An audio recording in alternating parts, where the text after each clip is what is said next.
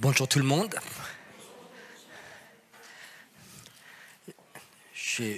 Ce serait peut-être bien si l'enfant reste pas devant, il bouge tout le temps. Il y a des gens qui disent il n'aime pas les enfants. Si, j'aime les enfants. Mais quand ils bougent tout le temps, ça attire l'attention de personnes. Et quand l'attention des personnes est tirée, le Saint-Esprit, il part aussi un petit peu. Alors, ce serait bien que... Merci.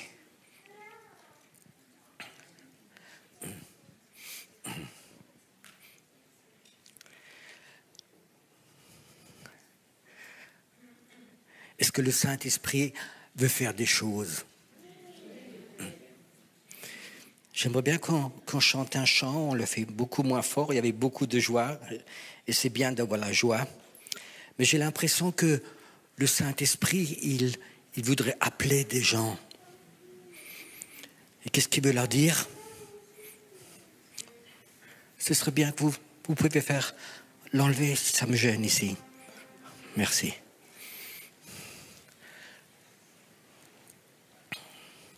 Le Saint-Esprit, il appelle des personnes. Il appelle des personnes pour le rencontrer, lui. J'ai l'impression qu'il y a des personnes qui sont là, sont venues parce qu'ils étaient invités. D'autres sont là pour peut-être voir Pierre Auffet. D'autres sont venus pour la louange. D'autres sont venus parce qu'on les a invités. J'ai l'impression que le Saint-Esprit, il appelle des personnes à rencontrer Dieu. Je voudrais que cette fille, c'est une Allemande qui va chanter un chant en français. Et ce chant, souvent cette parole est répétée, viens, viens. Et j'ai comme l'impression pendant ce chant, le Saint-Esprit veut appeler des personnes à rencontrer Dieu. Pas une onction, pas une atmosphère, mais rencontrer ce Dieu qui a fait ciel et terre. Ce Dieu qui est ton Père. Alors j'aimerais bien que ceux qui connaissent le chant, vous pouvez chanter avec. Mais pendant ce chant, sens le Saint-Esprit qui t'appelle. Il t'appelle à rencontrer Dieu, ton Dieu.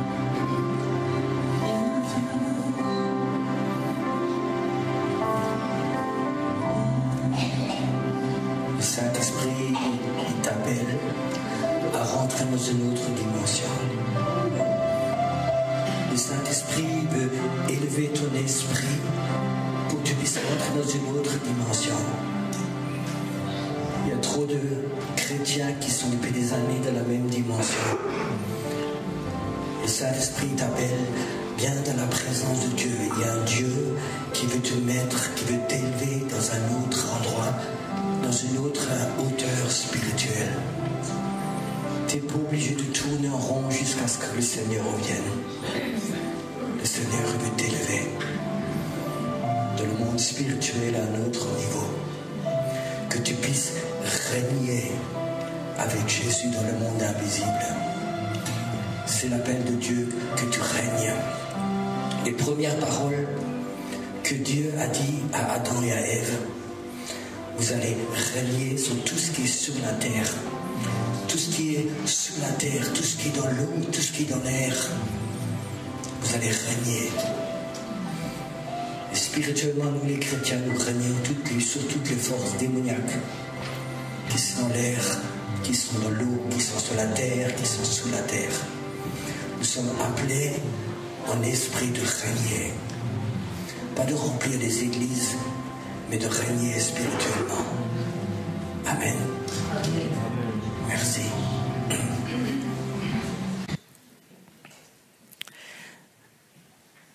Il y a quelque chose pour moi d'une grande importance, c'est que le chrétien soit équilibré. Vous savez, dans le monde, quand on leur parle des chrétiens, ils disent oui, les églises sont remplies de gens déséquilibrés. Et je crois que ce n'est pas un témoignage, je crois que Dieu voudrait qu'il y ait des enfants qui soient équilibrés. Je vais vous dire un exemple. Il y a un oiseau que vous connaissez tous, c'est la colombe. Hein, c'est une image pour le Saint-Esprit, cette colombe. Et il y a un monsieur qui se connaît un oiseau qui m'a raconté, Pierrot, une colombe, elle a sous ses ailes 9 grandes plumes, à gauche et à droite. Et ça, c'est une très belle parole. Dans la Bible, il y a 9 dons du Saint-Esprit et 9 les fruits de l'Esprit. Donc, il y a les fruits de l'Esprit et les dons de l'Esprit. Il a dit, quand tu prends un oiseau, quand tu prends cet oiseau, et d'un côté, tu enlèverais peut-être 4 ou 5 plumes, tu sais ce qui se passerait? L'oiseau, il volerait plus droit, parce qu'il lui manque des plumes. Et pour moi, c'est important que les chrétiens, par exemple, que tu tournes pas en rond. Il y a tellement de chrétiens qui tournent en rond depuis des années. Il y a des chrétiens qui disent, nous, on veut que les dons de l'Esprit. On veut vivre, on est des super charismatiques, on veut être prophétique, on veut la guérison, on veut que les dons. Puis il y a d'autres chrétiens qui disent non, les dons, ça ne nous intéresse pas, nous on veut les fruits de l'Esprit.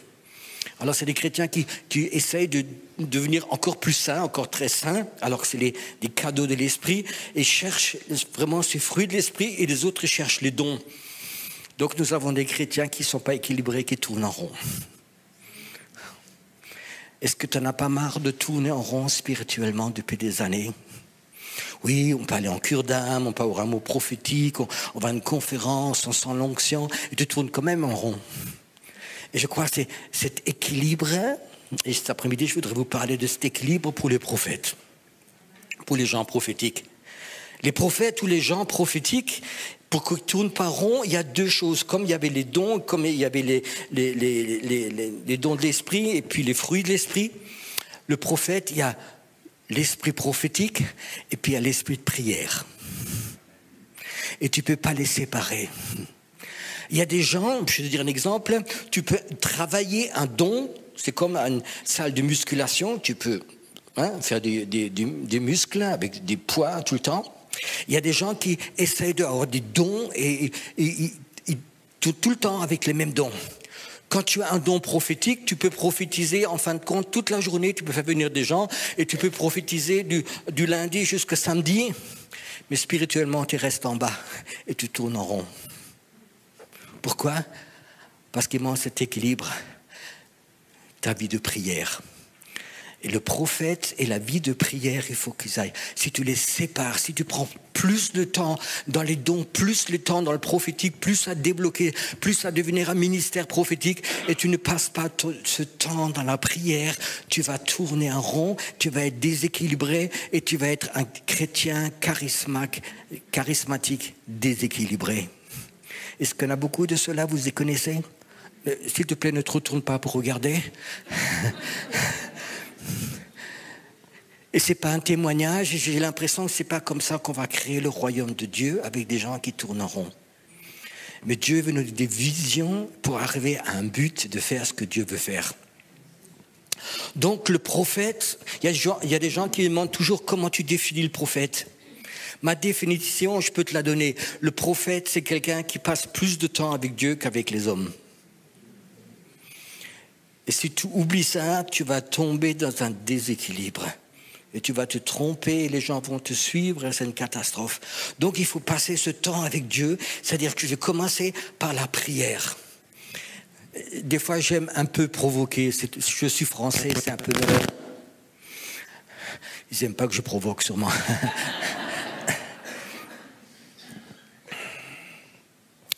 La plupart des chrétiens, je pense, ne savent pas prier. Je sais que je ne vais plus me faire inviter ici, mais ça ne fait rien. La plupart des chrétiens, tu sais comment ils prient? Ils prient quand ils ont des problèmes.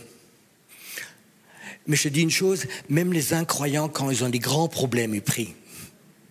Alors quand tu as un problème, je suis malade, j'ai pas de problème d'argent, j'ai des problèmes de famille, j'ai ça et ça, ils se mettent à prier.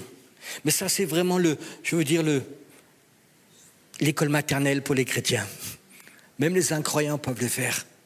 Alors il y a des chrétiens qui sont ils passent de la première classe ou de la maternelle en première classe. Alors ça devient des intercesseurs. Alors ils intercèdent. C'est comme les gens qui attrapent les mouches qui sont dans l'air. Alors tu entends, oui, la grand-mère, elle se fait renverser. L'autre voisine, son chat s'est fait écraser. L'autre, c'est ceci, il a mal au dos. Et puis, toutes les choses qu'on entend, on va les prier. C'est des intercesseurs. Mais ça n'a rien à voir avec le prophétique. Ça n'a rien à voir avec la prière du prophète. Comment on prie comme un prophète? Le prophète, il a appris quelque chose. Il faut qu'il meure. Mes sentiments, ce que moi j'ai besoin, tous mes désirs qui sont en moi, il faut qu'ils meurent. Quand je commence à rentrer dans cette prière prophétique, Pierrot, il faut qu'il meure. Même si je suis malade, même si j'ai de la température, même si j'ai des problèmes d'argent, même si mes enfants sont malades, même tout ce que tu veux, ça ne m'intéresse plus. Ça ne m'intéresse plus du tout. Tu sais ce que je veux faire? J'ai envie de toucher le cœur de Dieu. Je vais entendre ce qu'il y a dans le cœur de Dieu, ce qu'il pense lui, ce qu'il ressent lui. Ça, c'est la vraie prière. Je vais te donner des exemples pour que tu comprennes. Peut-être je vais dire des choses qui vont fâcher certaines personnes, mais je vais le dire quand même. Alors j'aime bien cette colombe, c'est une belle histoire. Vous savez où était encore la colombe? Elle était dans l'arche. Est-ce que tu peux t'imaginer que ressent une colombe dans une arche qui n'a pas de fenêtre, il n'y a pas de porte, il y avait juste une en haut, avec des animaux, des personnes, pas de douche, pas de WC, pas de toilette, il n'y avait rien dedans. Ça sentait bon, vous pensez là-dedans? La colombe faisait sa gymnastique tous les matins dedans. Que devait ressentir cette colombe quand la fenêtre s'est ouverte? Elle était pendant des mois et des mois là-dedans, et puis elle peut voler librement. Imagine voir cette colombe, qu'est-ce qu'elle ressent? Tu sais ce que c'est l'arche? C'est une très belle image pour l'Église. L'Église, actuellement, c'est bien qu'il y a des arches, des églises. On s'occupe de ceux qui se convertissent, qui viennent à l'Église. On fait de la cure d'âme, on les enseigne, on les caresse, on les cajole. On leur apprend à vivre comme un chrétien. Et c'est les gens qui ont un esprit prophétique, ils ont envie de voler. Et ils sentent ce smog spirituel. Vous savez pourquoi je sais ça? J'étais pendant 30 ans, au moins 30 ans, pasteur. Et tu sais, un pasteur, c'est pas quelqu'un qui commence le lundi matin, qui termine le vendredi soir, qui a fait ses 35 heures. Le pasteur, il est à plein temps. Quand tu as une église qui est assez grande, tu es pasteur à plein temps. Et qu'est-ce qu'il fait le pasteur? C'est son boulot. Quand les gens ils téléphonent, les membres de son église, ils ne téléphonent pas pour dire « Écoute, j'ai fait une grande tarte, je peux te l'apporter ?» C'est relativement rare. Mais quand ils te téléphonent, qu'est-ce qu'ils te racontent? Tiens, je me rappelle, il n'y a pas trop longtemps, une dame me téléphone, une dame de l'église. Pierrot, je veux juste te dire que tu le saches, mon mari, qui est ton collaborateur, Il est rentré hier soir et il était sous comme un cosaque et il a vomi par terre. Merci, sœur. Ça sent mauvais des fois dans l'arche, vous savez. Un homme me téléphone, dit, pasteur, faut que tu viennes. J'ai découvert que mon fils il prenait de la drogue. Il te le raconte. Pasteur, tu peux venir. Ceci, j'ai rencontré une femme, elle a besoin de délivrance, il y a ceci. Et ça, toute l'année. Toute l'année, tu es dans l'arche, tu t'occupes de tes brebis, tu les laves, tu les soignes. Mais il y a quand même un smoke. Comment te sent cette colombe qui est en toi? L'esprit, ton esprit, comment il se sent là-dedans? Tu sais, quand tu es appelé à rentrer, à être pasteur, et tu es trop longtemps dans une église, et tu t'occupes du smoke, tu vis dans le smoke, il meurt. L'esprit prophétique meurt. Et c'est pour ça qu'en Suisse, beaucoup de chrétiens qui sont appelés à être prophètes, à être prophétiques, ils sont tout le temps occupés, ils s'occupent de la cure d'âme, ils font le travail pour les enfants, qui est un travail fantastique, ils font la délivrance, ils enseignent, ils font tout, ils travaillent, mais leur esprit, leur règle, il ne vole plus et meurt doucement. Vous savez que l'aigle, c'est le seul oiseau, quand tu l'enfermes et tu lui donnes un super manger, une cage en or, tout ce que tu veux, il meurt parce qu'il est appelé à voler. Et quelqu'un qui est prophétique, qui a un esprit prophétique, il a envie de voler. Et quand tu es très longtemps dans le smoke spirituel, tout le temps, tu écoutes des histoires, les gens te racontent, il faut que tu pries pour ça, il faut que tu pries pour ceci, tu vas remarquer un jour qu'il meurt. Je vous raconte une histoire qui s'est passée en Allemagne. Il y a un agriculteur, un paysan, il se promène, il habitait dans les montagnes, un dimanche matin, et il voit un nid d'aigle. Et puis il voit que l'aigle, il n'est plus là, puis il y avait un œuf dedans. Et puis il dit, peut-être il a eu un accident, mais peut-être cet œuf, il est encore chaud, peut-être je veux m'occuper. Et il a pris cet œuf, il l'a mis dans sa chemise pour qu'il garde chaud. Il est descendu à sa ferme, et puis il y avait juste des poules qui venaient qui venaient pondre des œufs, qui couvaient. Il a mis l'œuf de l'aigle avec les poules, avec cet œuf. Et vous savez, c'est passé vraiment ce miracle, l'œuf, il n'était pas mort. Et au bout de quelques temps, tous les autres, eux, ils s'ouvrent, c'est des petits poussins qui sortent. Et là, dans cet œuf, il y a un petit aigle qui sort. Mais l'aigle ne sait pas que c'est un aigle. L'aigle, il est élevé dans un poulailler et il apprend à gratter comme les poules grattent par terre. Il picore, il cherche des vers de terre.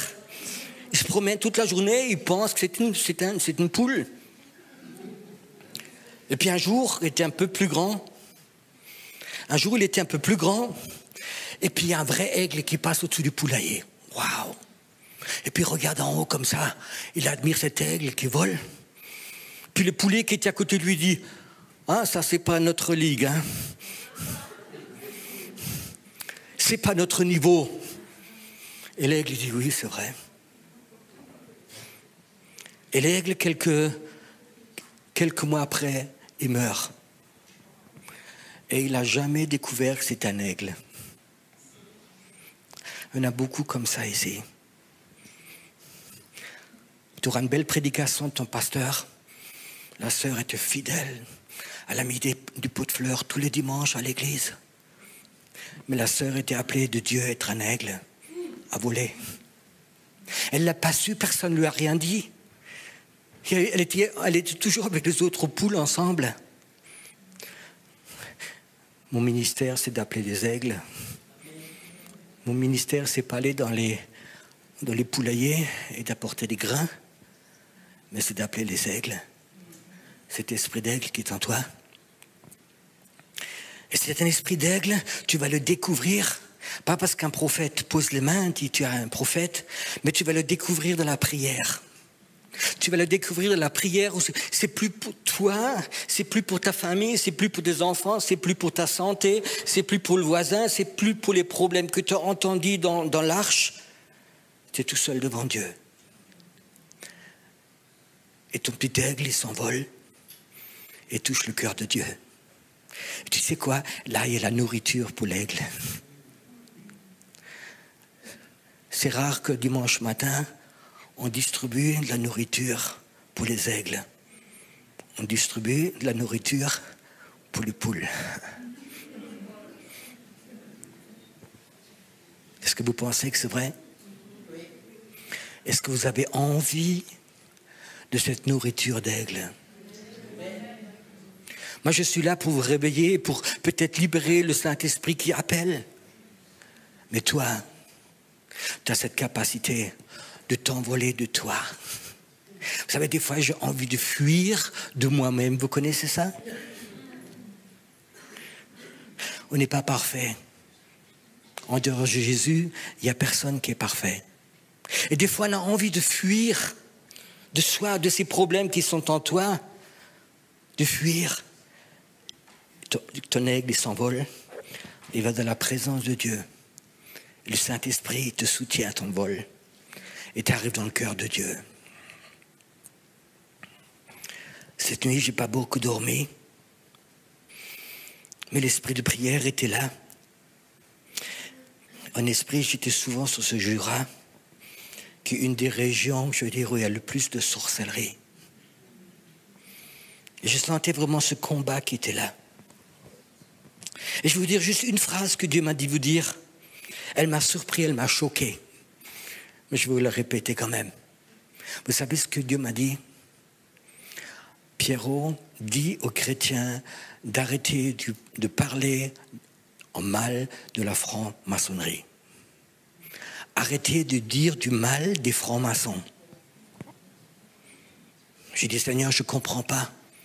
Il m'a dit, Pierrot, il y a un réveil qui est en train de venir.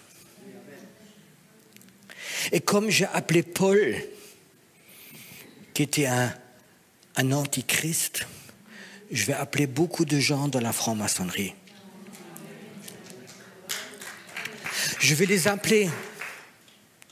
Et puis beaucoup d'eux seront des prophètes, des apôtres, avec une puissance. Et ils vont prêcher l'évangile. Et des milliers de personnes vont venir. Et ils vont dépasser spirituellement beaucoup de leaders chrétiens qui sont restés en bas. Il y aura des dirigeants d'église qui sont des francs-maçons, convertis à Jésus. Ils auront des rencontres de Jésus, personnellement, comme actuellement, ça arrive avec des musulmans ou avec des juifs. Des rencontres qui vont se passer. Vous savez, je sors du milieu des affaires. Je ne sors pas d'école biblique, je sors des affaires. Et quand tu viens de ces milieux d'affaires, tu rencontres beaucoup de francs-maçons. Et je veux dire, j'aimerais bien que certains chrétiens ont cette force de caractère qu'eux, ils ont. Je sais que maintenant, beaucoup de... Oh, jamais. Tu sais, la Bible a dit, aime tes ennemis, bénis tes ennemis. Moi aussi, j'ai beaucoup averti les gens. Cette nuit, le Seigneur m'a parlé, je vous promets, je le ferai plus. Parce que je vois en vision qui vont venir. Qui vont venir. Il y a un temps, en France, il y avait M. Mitterrand. Il y avait presque 50% des ministres qui étaient là, c'était des francs-maçons. Imagine-toi que ces personnes se convertissent. Ça va changer quelque chose. Et je te promets, c'est des gens, ils ne tourneront pas en rond. Comme des chrétiens déséquilibrés. Première chose, si tu veux rentrer dans le prophétique, arrête de passer du temps dans le smoke qui est en toi. L'autre jour, une dame vient me voir, elle me dit, Pierrot, je ne suis pas d'accord avec ton enseignement. Moi, je prie ce que j'ai dans le cœur. Vous connaissez aussi ces phrases toutes faites? Tu sais ce que je lui dis? La Bible dit que le péché, il commence où? Ah. Alors, c'est-à-dire que le péché, il commence dans le cœur. Et toi, tu pries. Là-dedans, dans ce smoke, tu commences à prier. Moi, je ne veux plus prier ce qui est dans mon cœur parce que je sais aussi, chez moi, des fois, il y a du smoke dedans. Alors, ne prie pas ce qui est en toi, mais prie ce qui est dans l'Esprit de Dieu et veut t'envoler. Je voudrais que tu te gardes cette image. Je voudrais que tu gardes cette image de cette colombe qui est en toi, qui a envie de rencontrer Dieu. Elle a envie de sortir du smog. Elle a envie de sortir de cette arche qui est peut-être ton propre corps, dans tes pensées, dans ton rejet, dans tout ce que tu veux qui est dedans. Et tu pries ça. Tu amènes le smog et tu ne vas pas voyager bien haut. Est-ce que tu comprends ce que je veux te dire cet après-midi?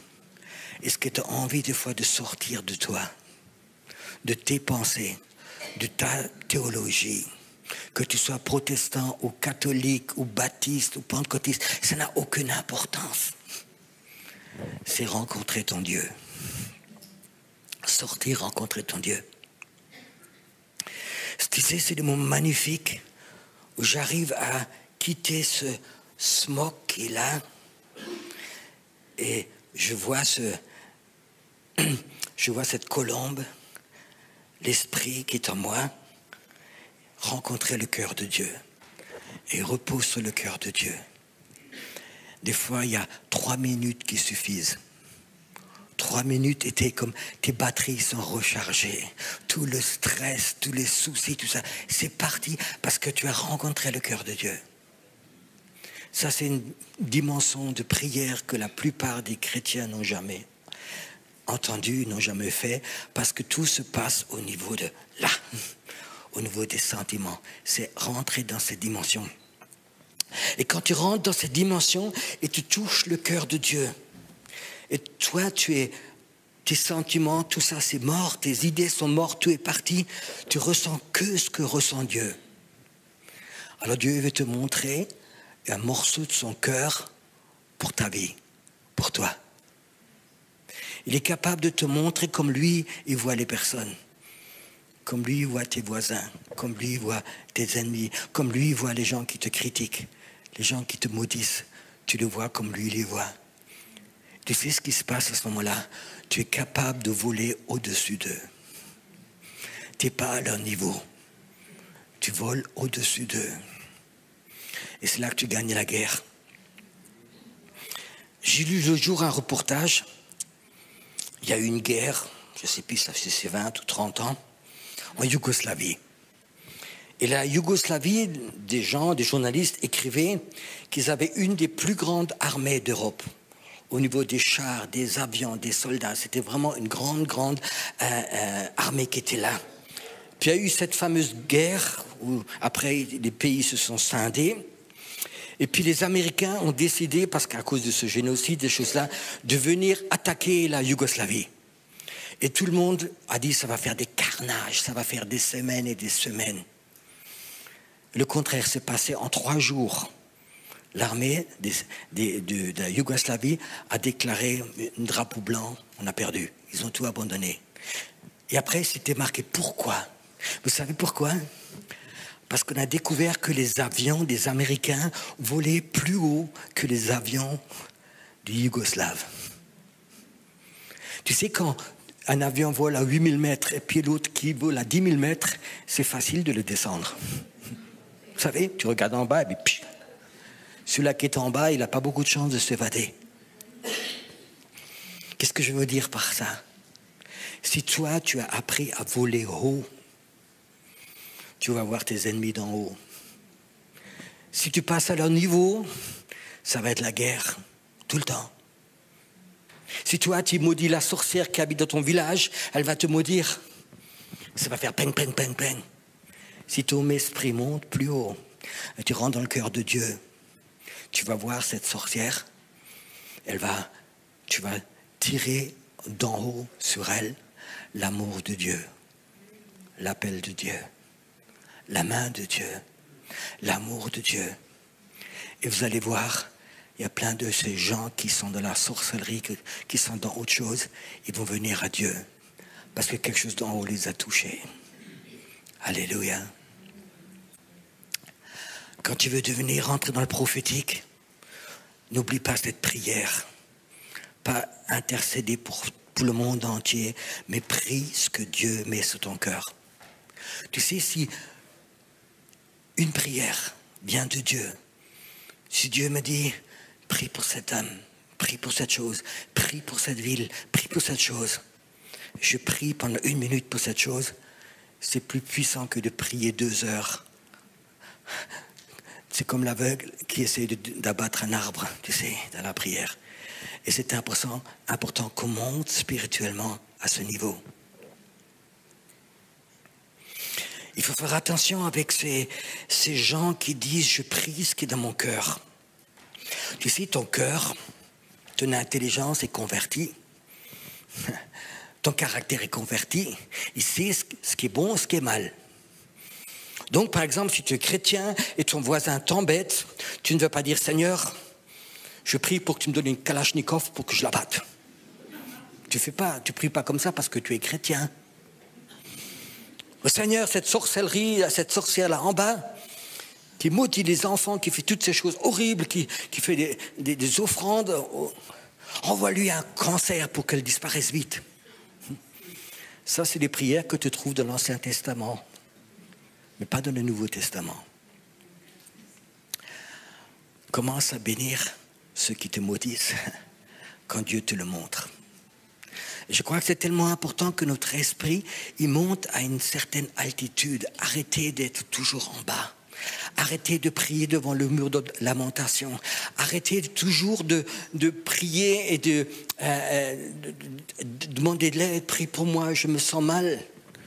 Alors les gens à l'église, ils prient pour toi, mais tu vas rester spirituellement à la maternelle. Et tu sais, Dieu, il a préparé un réveil. Et il est là, il n'est pas loin. Il est là, mais il ne peut pas descendre. Tu sais comment le réveil va venir? C'est les prophètes, c'est les Élie ou les Élisée qui vont l'appeler. Ce n'est pas les cas, ce n'est pas les gens qui sont dans le mur de lamentation. Ce n'est pas les gens qui se plaignent de leur pasteur, de leur église, de leurs voisins, de la famille. Ce n'est pas eux qui vont tirer le réveil. Ils vont peut-être faire venir les gens qui font de la cure d'âme.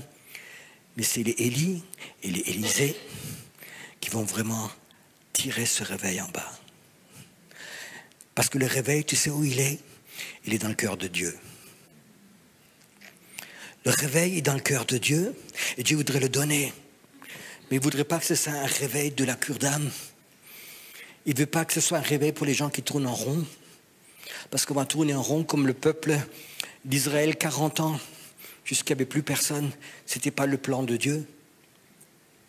Et à ce moment, j'ai l'impression que beaucoup de chrétiens tournent en rond.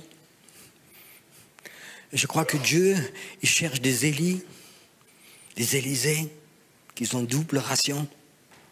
Et c'est eux qui vont tirer ce réveil sur la terre, le réveil sur le Jura.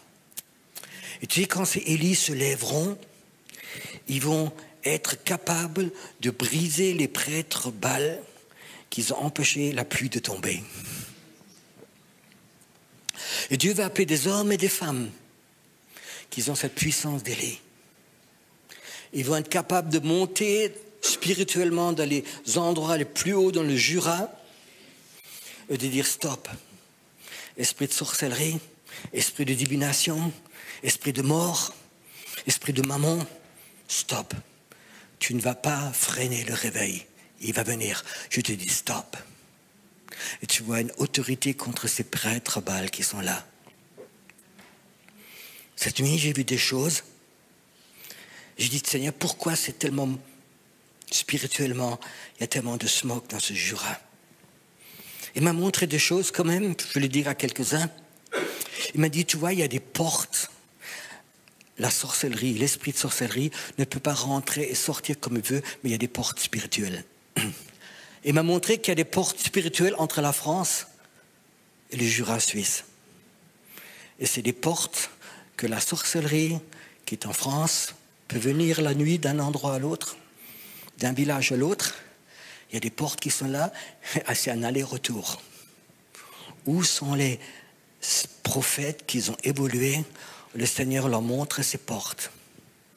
Tu sais, une des grandes bénédictions qu'il y a eu pour la vie d'Abraham, c'était posséder les portes de tes ennemis. Il faut qu'on apprenne, nous, ceux qui habitent dans le Jura, surtout, laissez-vous montrer les portes que la sorcellerie utilise. Et possède cette porte.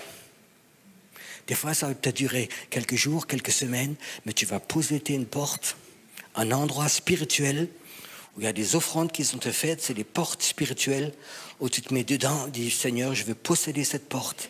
La sorcellerie ne passera plus par cette porte. C'est ton royaume. C'est peut-être ce que je dis maintenant, c'est pour très peu de personnes. Mais je crois que le Seigneur y touche. Et tu sais, c'est ton ministère. Posséder les portes spirituelles. Et il y en a plusieurs. Je me rappelle, il y a une vingtaine d'années, j'étais invité à la Chaux de Fonds. J'avais une jeune prophète qui était avec moi, c'était une Autrichienne, une fille très très prophétique, très jeune, qui faisait aussi la louange. On est venu d'Allemagne. On passe devant le panneau, la Chaux de Fonds, juste devant le panneau. La fille, elle crie, elle dit, mon sang, il coule partout. Elle a dit, j'ai pas mes règles, c'est pas les jours, ça m'arrive jamais. Et le sang, il a coulé de son bas-ventre. Et je savais que c'était la sorcellerie. Il y avait une porte. On a passé sans l'autorisation d'elle. Il faut que vous sachiez qu'il y a des portes spirituelles où la sorcellerie emploie. Il y a des places qui appartiennent au monde des ténèbres. Il y a des ouvertures qui sont ouvertes pour l'enfer. Les satanistes savent exactement où sont ces portes où ils peuvent aller rencontrer des démons qui leur donnent ses forces. Il y a des terrains d'atterrissage pour le Saint-Esprit. Tout ce qui existe en esprit pour Dieu existe dans le monde des ténèbres. Il y a des endroits, tu vas là-bas.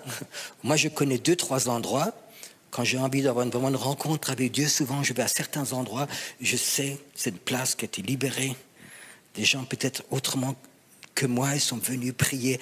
Et je sais que c'est très facile de prendre contact avec la présence de Dieu parce que le ciel est ouvert à certains endroits. Il ne suffit pas de faire des belles réunions. Mais quand vous faites des réunions comme aujourd'hui, on commence à prier, on fait des ouvertures dans le monde spirituel. C'est autre chose que de prophétiser. Petite sœur, Dieu veut te bénir, veut donner. C'est bien de partir de ce niveau, mais c'est bien mieux d'arriver à un autre, de savoir qu'il y a des terrains d'atterrissage pour le Saint-Esprit qui sont souvent dans des villes où des générations avant nous, des gens se sont mis à genoux et ils ont adoré et ils ont prié. Il faut que tu saches qu'il y a des portes spirituelles pour l'esprit. Il y a quelques années, j'ai fait tous les ans des conférences pour jeunes entre la Suisse, la France, la Belgique et l'Allemagne. Je me rappelle de la Belgique, il y a un bus complet de jeunes qui est arrivé. Et puis, donc, c'est pas facile avec des jeunes qui ont souvent entre 15 et 20 ans. C'est pas toujours facile quand tu les as pendant 3 jours. Quand on a 300, 400 qui sont là, ça bouge beaucoup. Mais tu sais, quand l'esprit vient, les jeunes, des fois, sont beaucoup plus sensibles que des chrétiens qui, ça fait 50 ans, qui sont croyants. Puis on a eu des temps d'adoration, on a eu des temps de délivrance, on a eu des conversions. Mais c'est fatigant. J'ai dit, Seigneur, ça fait maintenant la 4e ou la 5e année, c'est beau, mais c'est fatigant. Pourquoi il faut faire ces... Tu veux que je continue? Il m'a dit, Pierrot, ces conférences que vous faites entre ces différents pays, c'est comme tu construis des autoroutes spirituelles dans le monde invisible. Il a dit, il faut que vous construisiez ces autoroutes entre la France et l'Allemagne et l'Autriche et d'autres pays. Parce que quand le réveil va venir, il ne va pas rester dans un coin. Le réveil va se répartir à travers ces autoroutes spirituelles. Il va bouger. Ce n'est pas de la nourriture pour les poules que je vous raconte aujourd'hui. Mais c'est de la nourriture pour que ton esprit prophétique, il sait que ça, c'est plus important. Je prêche beaucoup, ceux qui me connaissent sur YouTube. Ça m'arrive de prêcher entre 200 et 250 fois par année. Je vois beaucoup de guérisons, je vois des miracles. Mais pour moi, ce n'est pas le plus important. Mon ministère, c'est le monde invisible. Mon ministère, c'est d'aller à des endroits et de voir dans le monde invisible où il y a les anges, où il y a les puissants des ténèbres, où il y a des portes, où il y a des couloirs spirituels, les couloirs pour le Saint-Esprit. Nous vivons dans un monde où le smog spirituel est tellement épais sur nos villes. Même sur cette Suisse qui est tellement bénie, on a ouvert tellement de portes. Je crois que c'est important de reconnaître, et ça dans le cœur de Dieu, il va te donner des révélations, il va te montrer des endroits, tu vas y aller. Et des fois j'ai beaucoup de plaisir, tu sais, quand le Seigneur, des fois la nuit me parle, il dit demain matin, tu vas dans cette ville, tu vas là-bas, tu fais ceci. Et je vois dans le monde invisible ce qui passe. Tu sais, pour moi, c'est plus important que de prêcher, de prier pour les malades et faire de la cure d'âme. Parce que je sais que mon esprit, il est appelé à ce niveau. Mon esprit, il est appelé là-dedans. Et aujourd'hui, il y a beaucoup de personnes. Ils savent de quoi je parle. Ils savent que quand tu rentres dans ce monde invisible, que Dieu t'appelle et tu règnes contre les puissants des ténèbres qui sont là, qui sont 10 fois plus forts que toi. Et toi, tu dis stop, et ils vont stopper. Et quand tu connais cette dimension, les dimensions normales de l'Église ne vont plus tellement t'intéresser. Je dis d'accord. Si ton appel c'est dans l'église, alors reste dans l'église. Si ton appel c'est de faire de la cure d'âme, alors fais de la cure d'âme. Mais fais attention, si Dieu t'appelle à rentrer dans un autre niveau, fais-le. Sinon tu vas tourner en rond et ton aigle en toi, il va mourir. J'étais pasteur pendant 30 ans. Vous savez ce qui me fait le plus de mal? Quand j'enterrais des gens de l'église avec leur appel. Quand j'ai enterré des gens, j'ai vu ce que Dieu voulait faire de la vie. J'ai vu l'appel de Dieu. Mais ils ne sont pas rentrés dans l'appel. Ils sont morts. Ils sont sauvés. Mais là, quand le cercueil descendait, ce n'est pas seulement le corps qui descendait, mais c'est l'aigle. L'appel de Dieu descendait avec. Tu sais, quand tu es pasteur et tu aimes les gens, et tu les vois mourir 2 fois, c'est une catastrophe. Les pasteurs ressentent peut-être pas ça parce qu'ils ne voyaient pas toujours l'appel. Mais c'est une des choses les plus tristes que j'ai connues de ma vie. Quand aux enterrements, je voyais l'appel de Dieu qui descendait avec. Surtout quand c'était des prophètes. J'ai enterré une fille, elle avait 21 ans, elle avait fait des études de médecine. C'était vraiment un don prophétique. Et puis un jour, elle dit, j'étais à une réunion de jeunes, j'en ai marre de mon appel. C'est fatigant. Je veux vivre. Je veux avoir des copains comme tous les autres. Je veux vivre. Et au moment qu'elle dit ça, j'ai vu qu'elle coupait son appel. Quelques mois après, elle est morte d'une leucémie, rapidement. Je sais qu'elle est sauvée. Mais elle voulait vivre sa vie, comme tous les autres chrétiens. Oh, ça suffit que le dimanche, je vais à l'église. Je dis, mais tu as un appel dans la sainteté. Il y a un appel prophétique dans ta vie. Elle me dit, oui, mais je veux vivre. Humainement, j'arrive à comprendre. Je veux vivre comme les autres vivent. Et j'ai dû l'enterrer. Il y avait ses parents autour, il y avait ses sœurs autour. C'était des moments durs, parce que je sais encore un appel qui est parti. Des fois, quand je regarde l'église, et je vois tous ces appels de Dieu qui sont là, et très peu de gens les prennent. Quand je vois ces chrétiens, des fois dans les poulaillers, ils sont contents. Ils ont leur grain tous les jours. Ils ont un grillage qui les protège. Puis il y a un coq en plus qui les surveille. C'est les miens.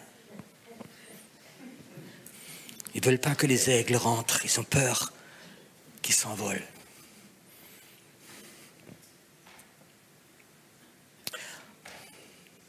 C'est quand la dernière fois que tu as senti que cette colombe en toi avait envie de voler?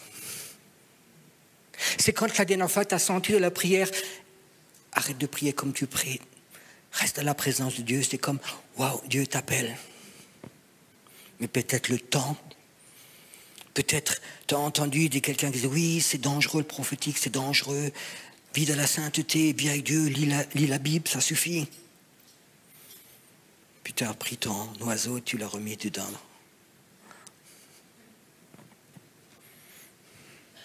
Je sais que notre sœur qui a organisé ça, elle a l'appel de nourrir des bébés aigles. Et c'est bien. On en a besoin. Tu sais, les chrétiens sont tellement pasteurisés. Cuits à 65 degrés.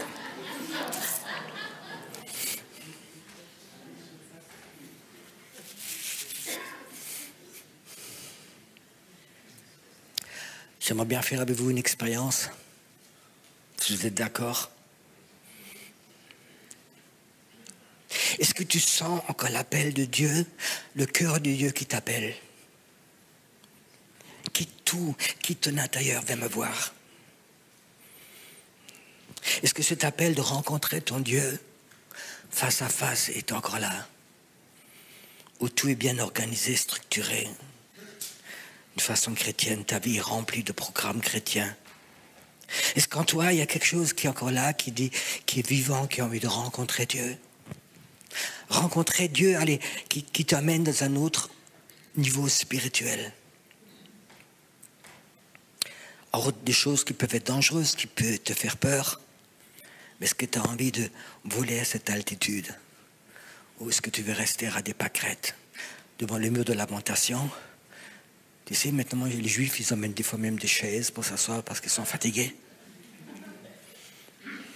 Les chrétiens, quand on doit la réunion de prière, j'ai l'impression que c'est le mur de la lamentation.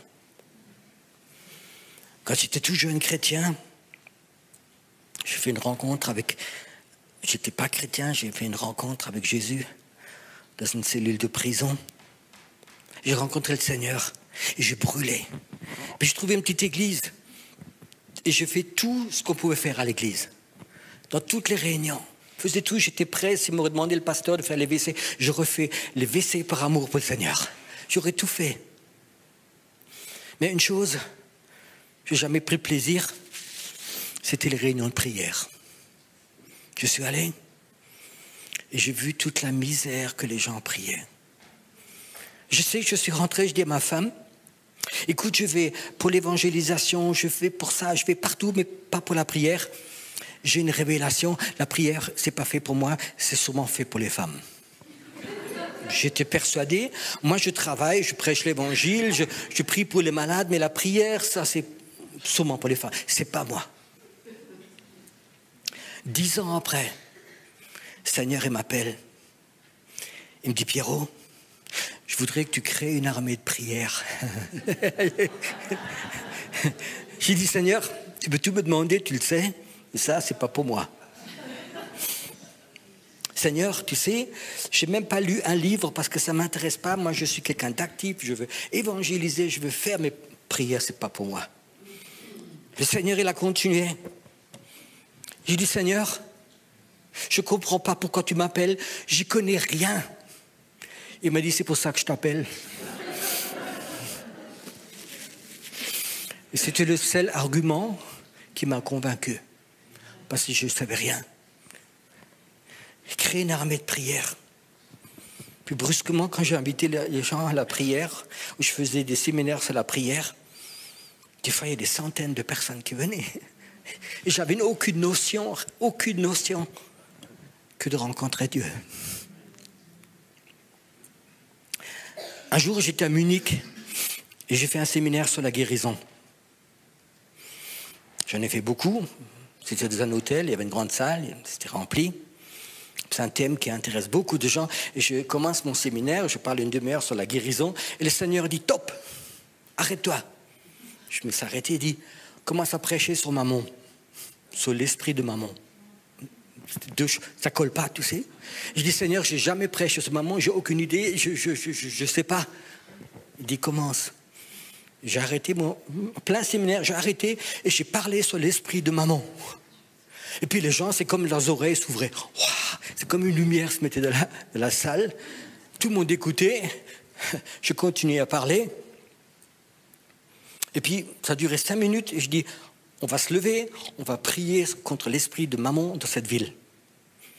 Puis tous les gens enthousiasmés, ils se sont levés, ils ont oublié qu'ils étaient là pour la guérison.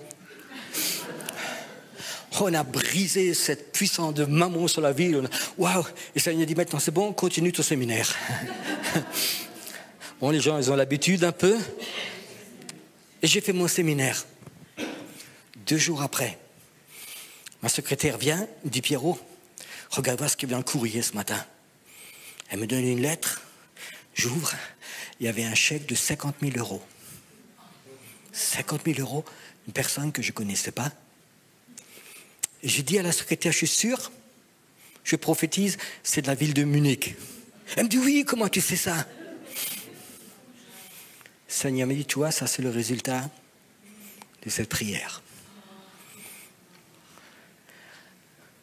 Ça c'est la puissance de prière qui a duré 2 minutes. Mais c'était une prière, tu sais d'où elle sortait? Du cœur de Dieu. Il savait que cet esprit était très fort. On l'a frappé une fois. Ça ne veut pas dire qu'il est parti pour toujours, mais on l'a frappé.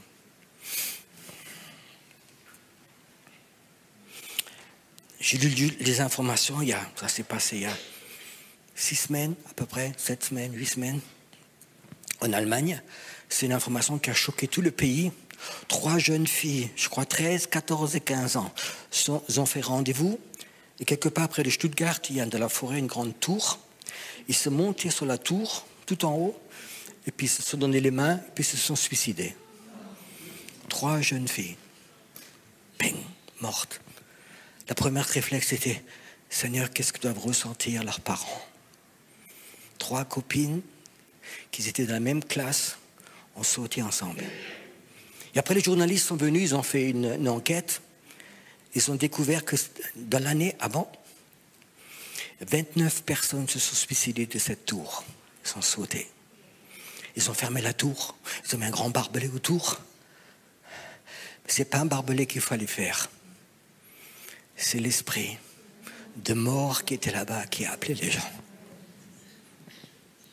Nous vivons dans un temps, les hommes sont devenus, les femmes sont devenues aveugles aux choses spirituelles. Les politiques sont devenus aveugles aux choses spirituelles. Ils mettent des barbelés. Les pasteurs, ils n'ont rien dit. Oh, on va faire de la cure d'homme avec les parents. On n'a pas compris pourquoi c'était. Pourquoi à certains croisements, il y a souvent des accidents qui sont mortels. Pourquoi dans certains villages, il y a autant de suicides.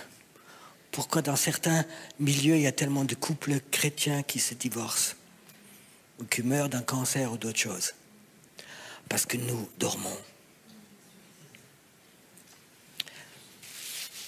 Il y a 3-4 semaines, le Seigneur m'a envoyé dans une ville qui n'est pas trop loin de Heidelberg, un certain endroit pour prier. Et c'était le soir, il faisait déjà nuit, je me promenais, et je sentais ce monde démoniaque spirituel. Il était en vadrouille, ça bougeait de partout. J'ai dit, Seigneur, pourquoi? Tu sais pourquoi le monde spirituel est tellement libre? Parce que mes enfants, à cette heure-ci, regardent la télé. Il n'y a plus personne qui prie.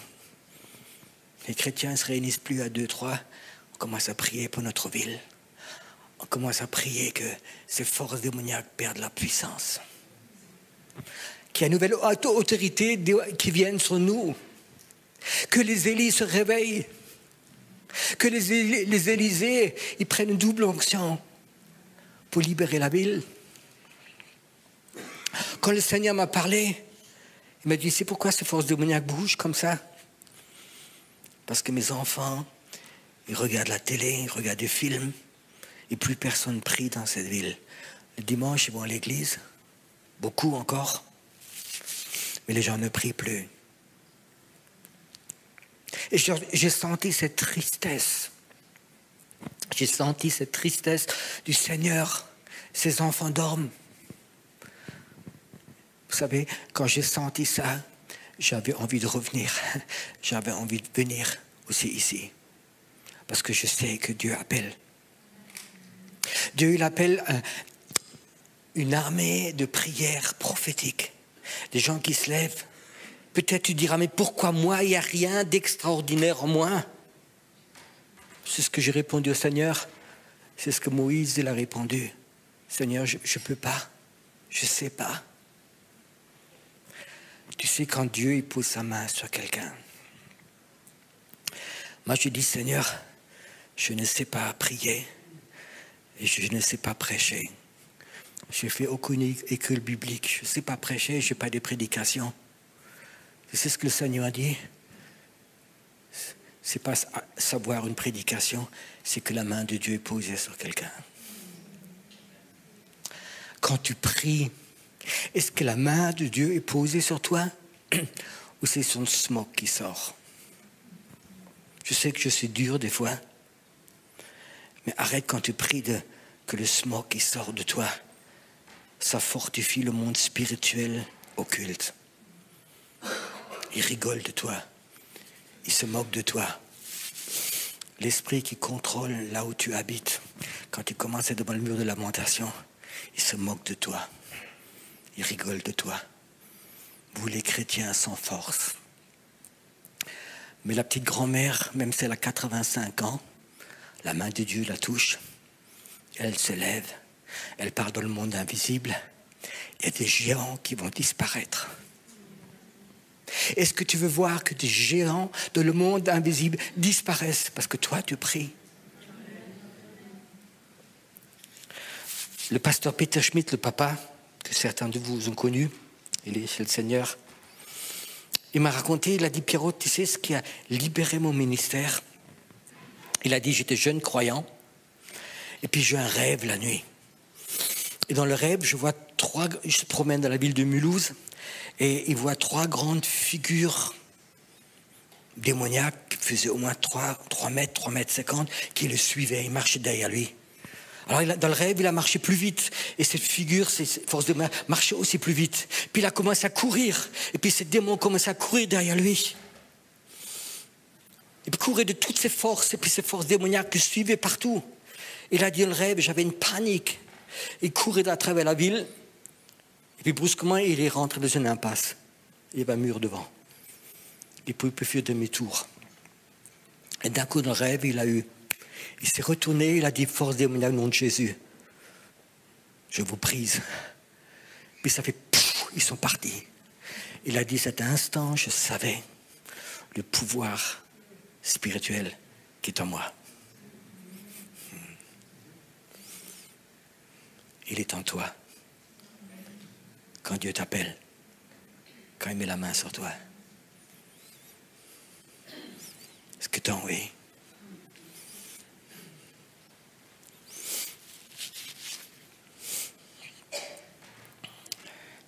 Qu'est-ce que le cœur de Dieu ressent cet après-midi?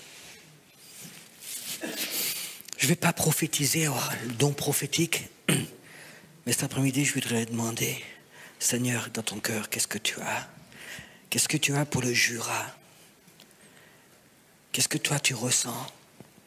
Qu'est-ce qui freine ton réveil? Qu'est-ce que tu voudrais que je fasse? Venir t'avoir une puissance spirituelle de géant.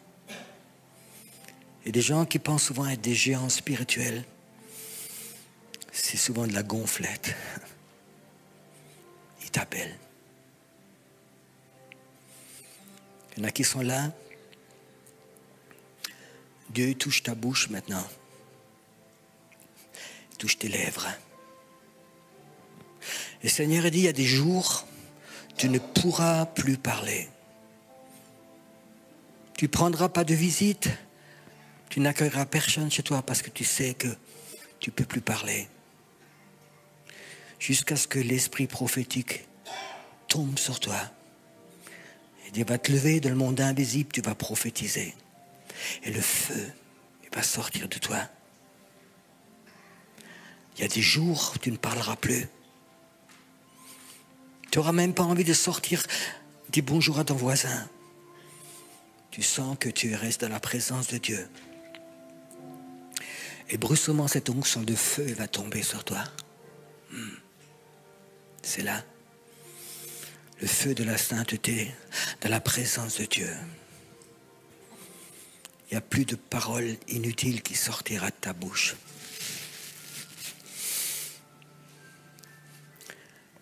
Les prêtres Baal, ils ont parlé beaucoup. Ils ont prié beaucoup pendant des heures, il ne s'est rien passé. Élie, il a prié 30 secondes et le Dieu de feu est tombé. Il y aura dans le Jura,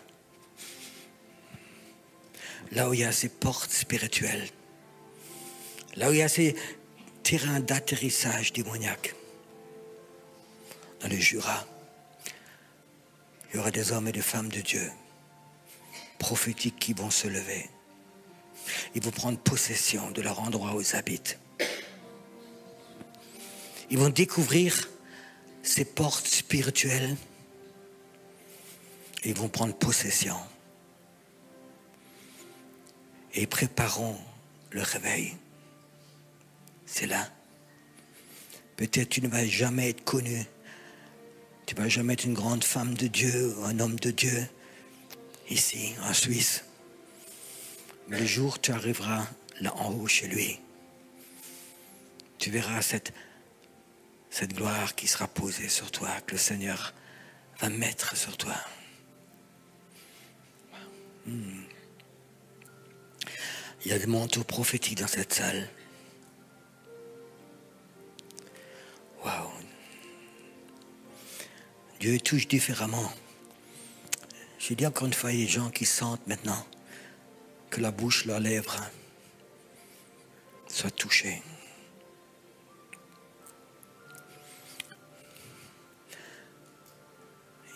C'est surtout pour des gens qui verront cette chose-là. Tu ne parleras plus pendant un temps, jusqu'à ce que le feu il te libère. Puis Dieu a dit, je vais mettre des manteaux prophétiques à des personnes ici pour qu'ils reconnaissent les endroits où les forces démoniaques, ils ont pris autorité, ils sont sur place. Ils contrôlent. Ils contrôlent. Ils contrôlent. Et toi, tu vas être appelé à briser ces contrôles dans le nom de Jésus. Ça vient. Écoute, si tu sens ce manteau prophétique ou ce feu prophétique toucher ta bouche, et tu dis oui, Seigneur, oui à ton appel, je le sens. Lève-toi là où tu es. Juste lève-toi de ta chaise, mets-toi devant Dieu. Ne te lève pas parce que quelqu'un d'autre se lève, mais parce que tu sens l'appel de Dieu.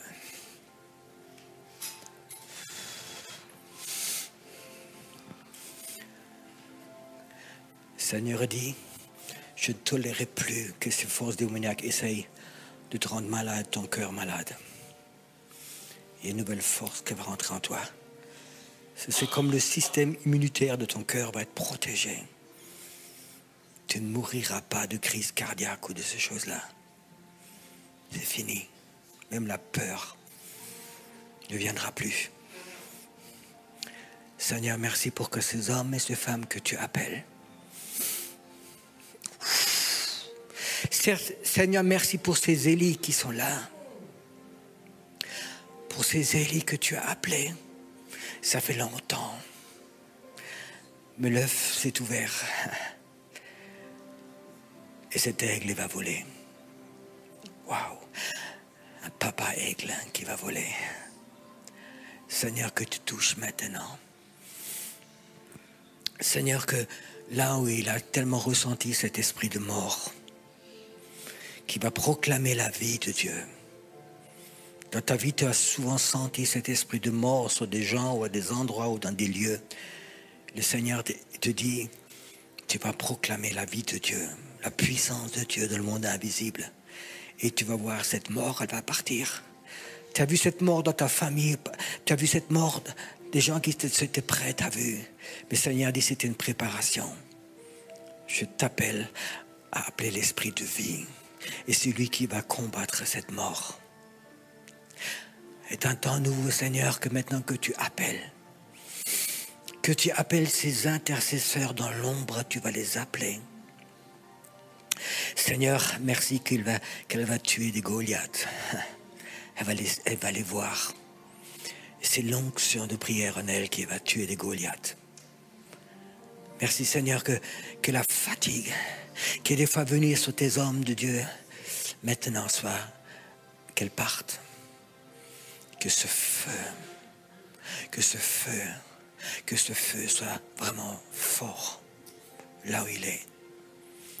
Merci pour ces hommes et ces femmes que tu as appelés. Waouh. Ça vient plus fort. Il y a quelqu'un, tu sens vraiment sur tes épaules ce manteau prophétique qui se met. Il se pose sur toi. C'est un jour nouveau pour toi. C'est un jour nouveau pour le peuple prophétique. Merci dans cette région, ici. Ça fait des années que tu m'as déjà appelé pour cette région et j'ai plus voulu presque revenir parce que je sentais ce rejet. Je sentais cette sorcellerie. Merci Seigneur de pouvoir être ici et de libérer ton plan pour des personnes. Maintenant, au nom de Jésus. Au nom de Jésus. Sing mal im Geist. Ich übersetze dann. Laisse l'esprit prophétique venir encore.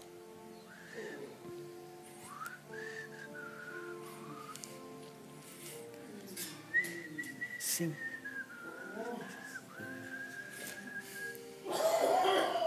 Il te touche. Tu ne feras pas d'infarctus, dit le Seigneur. C'est ma main de guérison qui te touche maintenant. Il te libère.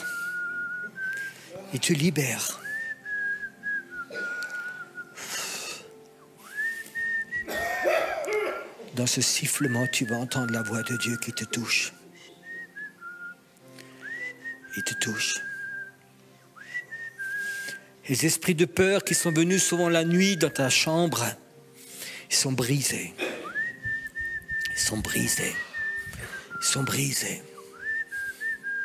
Chaînes sont brisées. Cette puissance de destruction ne rentrera plus dans ta maison, dit le Seigneur. Tu n'allumeras plus la lumière le soir ou la nuit, parce que là où ces démons rentrent dans ta maison, il y aura un ange qui est là. Et tu vas sentir cette puissance de l'ange qui sera des fois là à côté de toi, surtout quand tu commences à prier. Je te libère.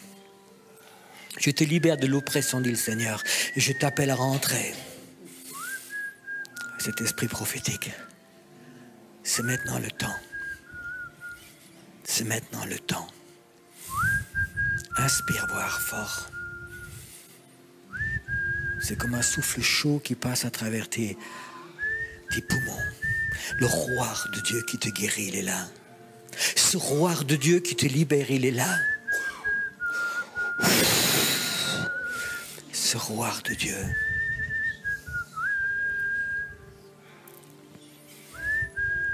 Élie, il savait où rencontrer Dieu.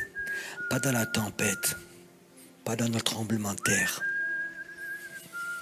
Dans ce doux souffle, il s'est caché le visage, il a dit, Seigneur, je suis là. Sens-le. Sens, c'est là. Wow, quelqu'un, je ne sais pas si tu as de l'asthme, mais tu as un souffle court. Je sens maintenant que ça s'ouvre. Inspire, ça s'ouvre. Toute oppression part de toi. Inspire encore, c'est le roi de Dieu qui rentre. Tu pourras respirer beaucoup plus devant. La vie de Dieu rentre en toi. La vie de Dieu rentre en toi. Elle rentre en toi. Elle rentre en toi. Waouh. Seigneur, il touche juste les pieds de quelqu'un. Les pieds sont touchés. Seigneur, il t'appelle à être comme un Josué. Tu vas prendre le pays. Là où tes pieds se poseront quand tu pries, les forces démoniaques vont partir. Ils vont partir. Elles vont partir. Elles vont partir. Là où tu mettras tes pieds prophétiques de prière. puissances spirituelles vont quitter. Merci que la main de Dieu touche. C'était pas une impasse, le pasteur Peter Schmidt. C'était un mur pour qu'il se retourne, qu'il voie. Seigneur, merci que tu touches maintenant. Que tu touches. Seigneur, ce mur, c'est pas la mort. C'est l'appel de Dieu. Quand tu te retournes, tu acceptes cette puissance de Dieu pour le monde invisible. Dans le nom de Jésus. Viens, laisse-nous une dernière fois chanter ce chant bien. Comme bien. Je donnerai le micro à... Je veux juste dire pour ceux qui ne savent pas, je suis pendant demain, après-demain, 3 jours, je suis à Berne. Et ce sera en français et en allemand. C'est un endroit spirituel où il faut prendre possession. Dans le domaine de la politique, de la finance. La capitale va être reprise pour le Seigneur. Je vous invite tous les intercesseurs qui veulent rentrer dans cette dimension. Je crois qu'il y a des prospectus sur la table derrière.